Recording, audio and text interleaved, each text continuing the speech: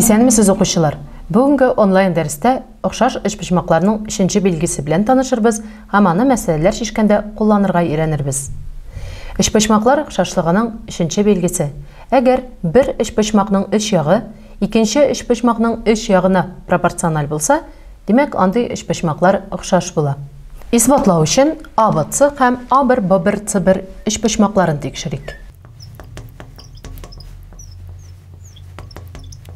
Демәк, теореманың шарты буенча АБЦ һәм А1 Б1 С1 эшпошмаклары бирелгән. АБның А1 Б1гә, БЦның Б1 С1гә, АЦның А1 С1гә чагыштырмалары тигез. АБЦ һәм А1 Б1 С1 эшпошмакларының охшашлыгын исбатларга кирәк. Бу ике эшпошмакның охшашлыгын исбатлау өчен эшпошмаклар охшашлыгының икенче билгесен исәпкә алып, А почмагының А1 почмагына тигезлеген исбатлау җитә.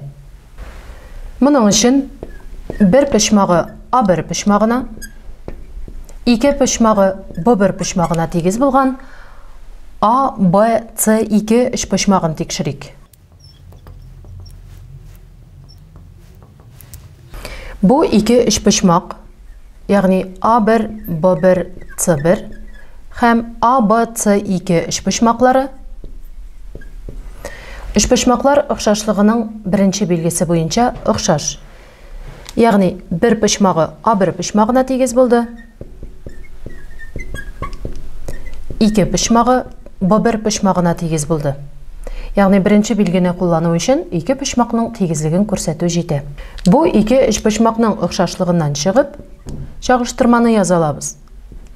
Ягъни АБның А1 Б1гә чагыштырмасы, АЦ2нең А1 С1гә чагыштырмасына һәм БЦ2нең Б1 С1гә чагыштырмасына тигез була.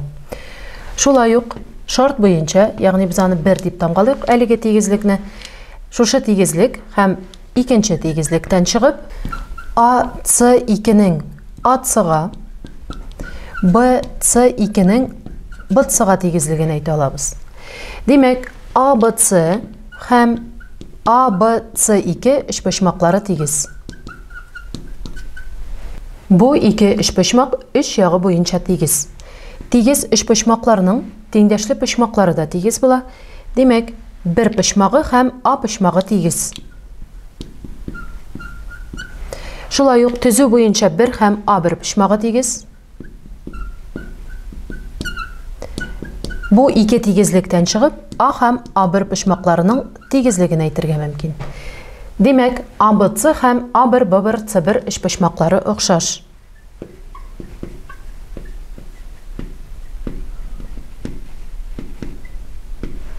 Теорема исбатланды.